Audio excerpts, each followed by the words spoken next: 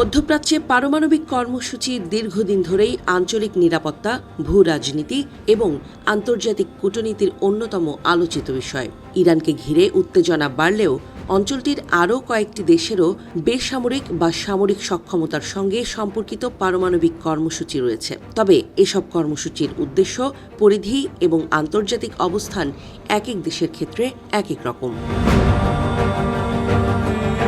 মধ্যপ্রাচ্যে সবচেয়ে আলোচিত দেশ ইরান।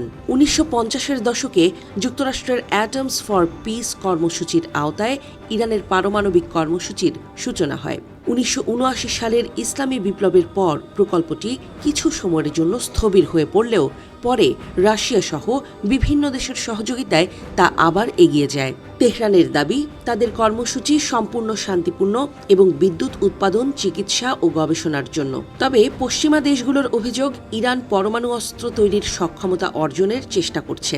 এই নিয়ে বহু বছর ধরে আন্তর্জাতিক অঙ্গনে উত্তেজনা চলছে।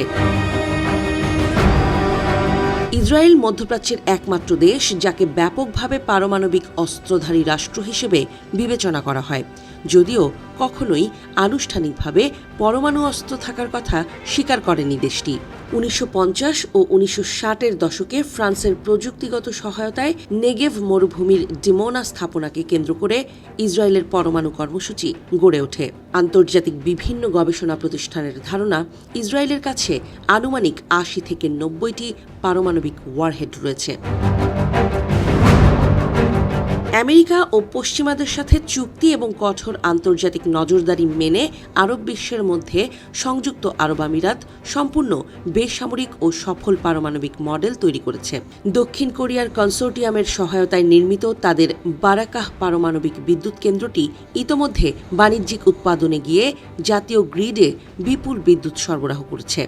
একইভাবে তুরস্ক বর্তমানে রাশিয়ার সহায়তায় আক্কুইউ পারমাণবিক বিদ্যুৎ কেন্দ্র নির্মাণ করছে।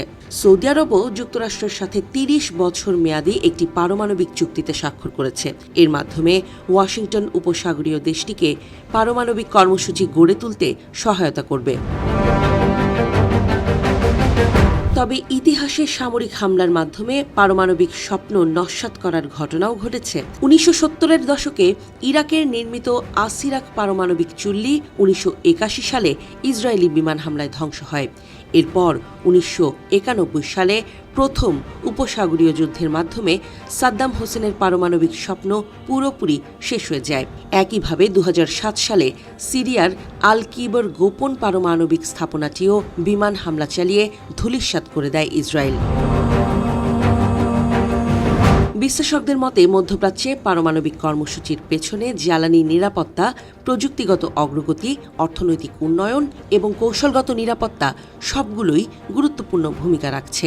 তবে একই সঙ্গে এই কর্মসূচিগুলো আঞ্চলিক অস্ত্র প্রতিযোগিতা ও নিরাপত্তা উদ্বেগও বাড়িয়ে তুলছে। বিশেষ করে ইরানের কর্মসূচিকে কেন্দ্র করে সৃষ্ট উত্তেজনা পুরো মধ্যপ্রাচ্যের স্থিতিশীলতার ওপর দীর্ঘমেয়াদী প্রভাব ফেলতে পারে বলেই মনে করছেন আন্তর্জাতিক নিরাপত্তা বিশেষজ্ঞরা।